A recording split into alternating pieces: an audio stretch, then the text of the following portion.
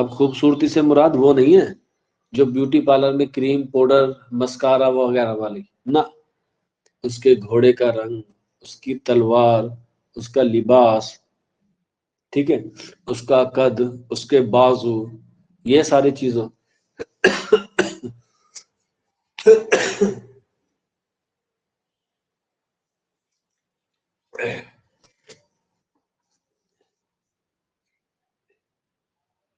ہاں، اس کے کردار، اس کی واہ واہی، یہ ساری بیان کی جاتی ہے، اسے ہم لوگ کہتے ہیں سراپا، یعنی کہ اس کے سر سے لے کے پاؤں تک، اور اس کے جو اس کی اجزائیں ہوتی ہیں جس سے وہ جنگ پہ جاتا ہے، اس کا بیان کرنا ہوتا ہے سراپا۔ سراپا کے بعد آتا ہے رخصت، رخصت، اور رخصت کے بعد آتا ہے آمد۔ حالانکہ دیکھا جائے تو پہلے آمد آتی ہے، اس کے بعد رخصت ہوتی ہے۔ آپ لوگ جب کسی شادی بیاہ کا کارڈ دیکھتے ہیں تو اس میں لکھا ہوا ہوتا ہے آمادگی بارات اور روانگی بارات، لکھا ہوتا ہے نا؟ تو پہلے آمد ہوتی ہے، اس کے بعد رخصت ہوتی ہے، لیکن مرثی میں کیا ہے، پہلے رخصت ہوتی ہے۔ جو ہیرو ہے، ایک سیکنڈ رکے گا۔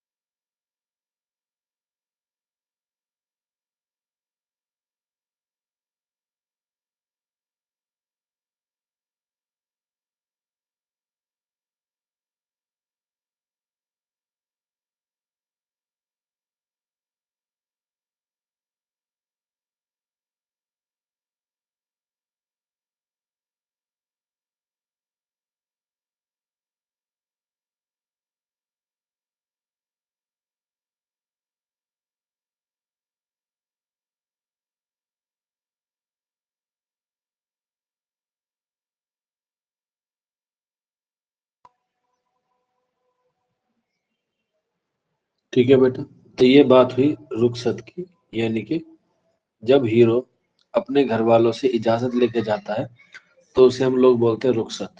اور اجازت لے کے کہاں جاتا ہے؟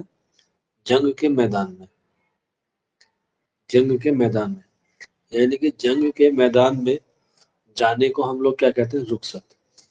اور آمد کیا ہوتی ہے؟ آمد کہتی ہے ہیرو کا میدان جنگ میں آنا، ہیرو کا میدان جنگ میں آنا، اسے ہم لوگ آمد بولتے ہیں۔ تو یہ آپ کے چار ہو گئے، چہرہ، سراپا، رخصت اور آمد، ٹھیک ہے۔ اس کے بعد آتا ہے رج، را، جیم اور جا۔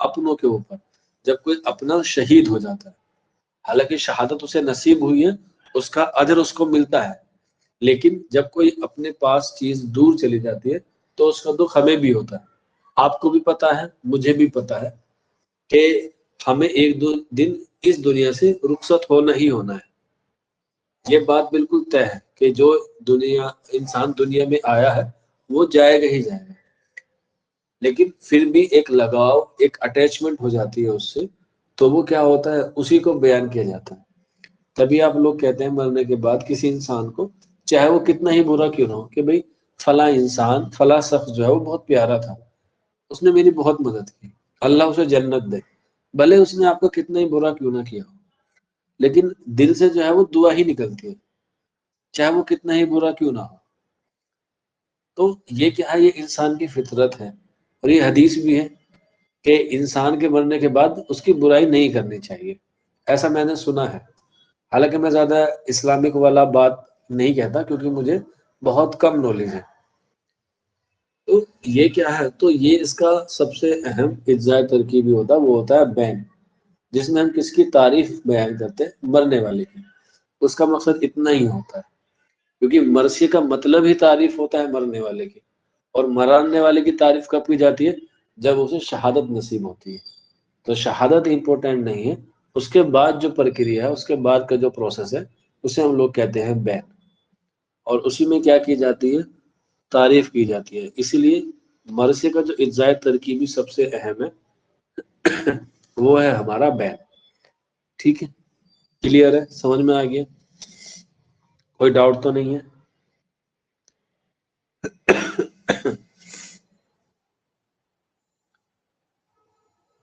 چلیے اس کے آگے بڑھتے ہیں.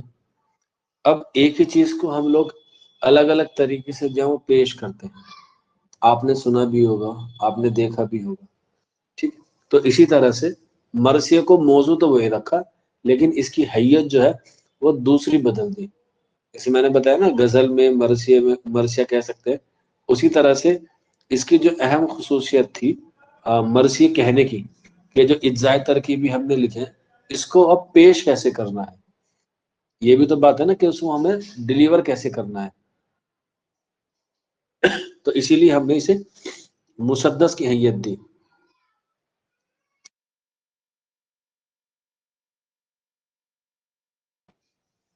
کس کی دی؟ مسدس کی، یعنی کہ 6 مصروں والی نظم کے طور پہ.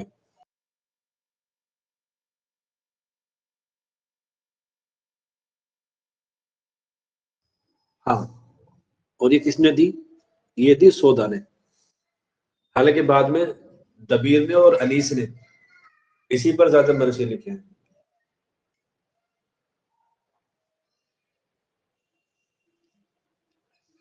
کیونکہ ان کا دور بعد میں ہے، سودا کے بعد میں آیا، تو انہوں نے سودا کی پیروی کی ہے مرثی لکھنے میں.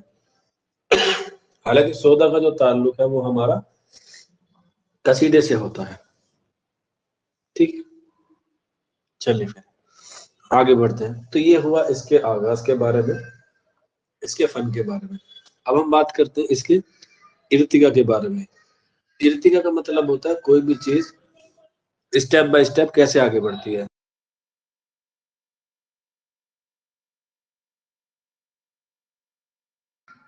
وہ کیسے بڑھتی ہے اس کے بارے میں ہم لوگ بات کر لیتے ہیں.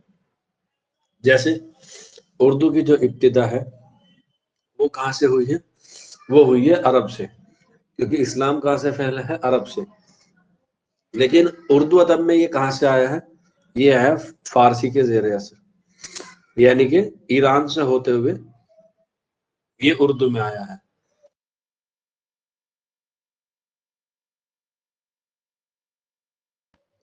ٹھیک ہے،